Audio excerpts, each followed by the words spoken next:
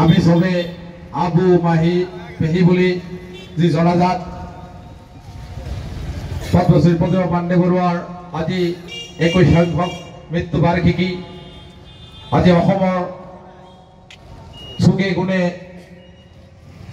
জিলায় নগৰে গ্ৰামে ভূঁয়ে আজি এই মহান শিল্পীগৰাকীৰ 21তম মৃত্যু বাৰ্ষিকী বিভিন্ন বৰ্ণাঢ্য কাৰ্যক্ৰমেৰ গানে উদযাপিত হয়েছে।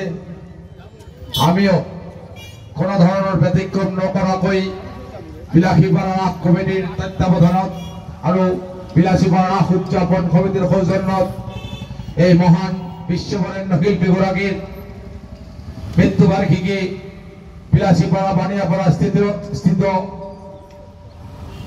প্ৰতিমা পাণ্ডে বৰুৱাৰ প্ৰতিমূৰ্তিৰ সন্মুখত এই শিল্পীগৰাকীৰ শ্ৰদ্ধাঞ্জলিৰ উদ্দেশ্যে আমি সমবেত হৈছো আৰু এই শিল্পীগৰাকীৰ শ্ৰদ্ধাঞ্জলি অনুষ্ঠান আমি আয়োজন কৰিছিলো।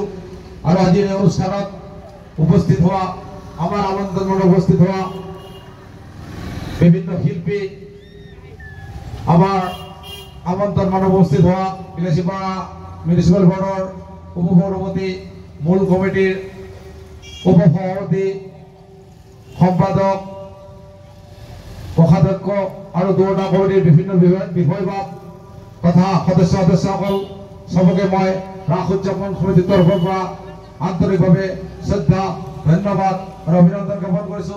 লগতে আজিৰ অনুষ্ঠানত উপস্থিত হোৱা সমূহ বিলাসীপাৰা ৰাইজক মই মোৰ অন্তৰ মহলৰ পৰা আজিৰ অনুষ্ঠান উপস্থিত হোৱাৰ কাৰণে ধন্যবাদ যাচি আজিৰ এই অনুষ্ঠান ইয়াতে সামৰণি ঘোষণা কৰিছো। ধন্যবাদ। জয় অসম।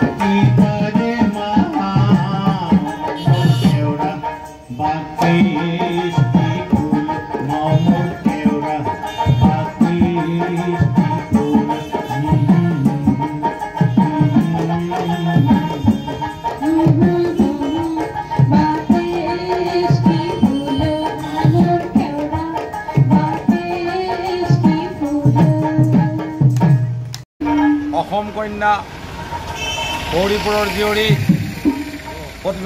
প্ৰতিমা পাণ্ডে বৰুৱা বাইদেউৰ 21 সংখ্যক মৃত্যুবাৰ্ষিকী আজি আমি গোটেই অসমৰ লগত সংগতি ৰাখি বিলাসীপাৰাতো এই মহান শিল্পীগৰাকীৰ মৃত্যুবাৰ্ষিকীত যোৱা দিনৰ কথা কওঁ প্ৰতিমা পাণ্ডে বৰুৱা বাইদেউ এজন এনেকুৱা শিল্পী বিশ্ববৰেণ্য শিল্পী তেখেতে অসমৰ বাহিৰেও গোৱালপাৰীয়া লোকগীতৰ প্ৰচলনৰ যি চেষ্টা যি অৰিহণা সেইবাবে আমি বিলাসীপাৰাবাসী ৰাইজ তেখেতৰ আত্মাৰ চিৰ সদ্গতিৰ লগতে তেখেতক শত সহস্ৰ কোটি প্ৰণিপাত কৰিছোঁ।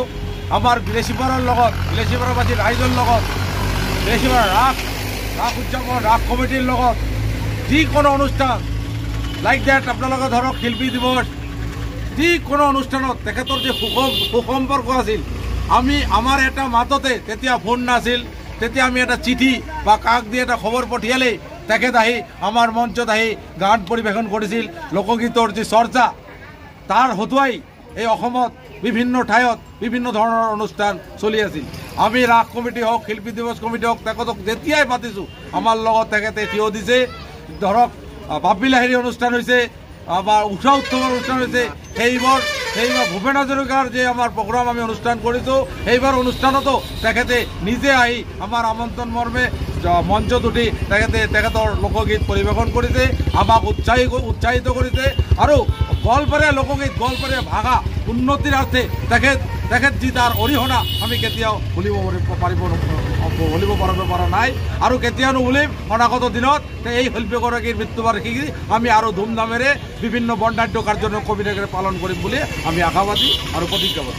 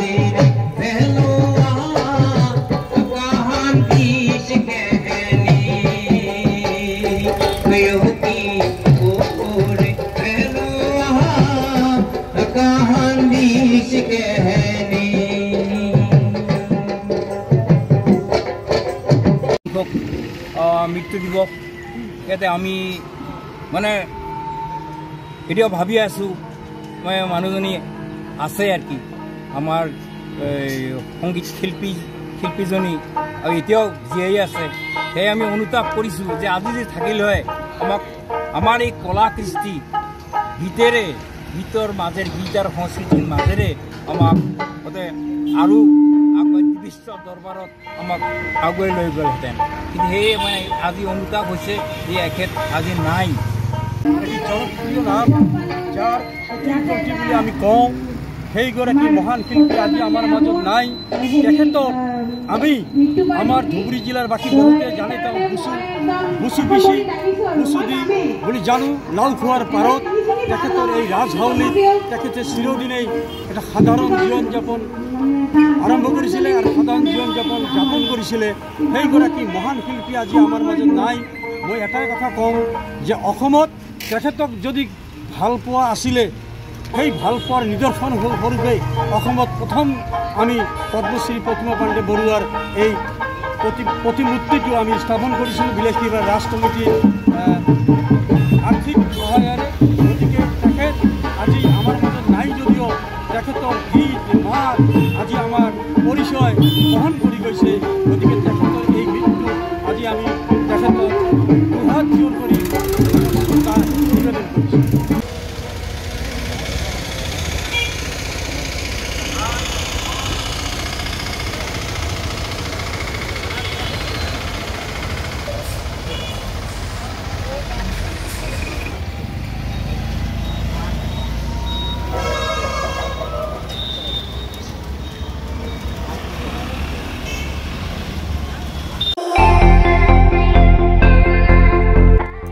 আপুনিও ভুগিছে নেকি গেছৰ সমস্যাত?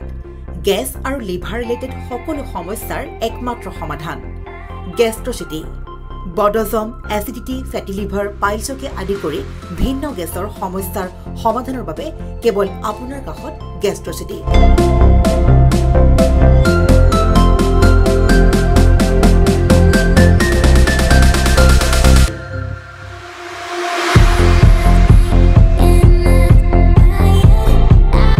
ভিজিট কৰক গেষ্ট্ৰচিটি, গুৱাহাটী, হাতীগাঁও চাৰিআলি। যোগাযোগ নম্বৰ 7577999909।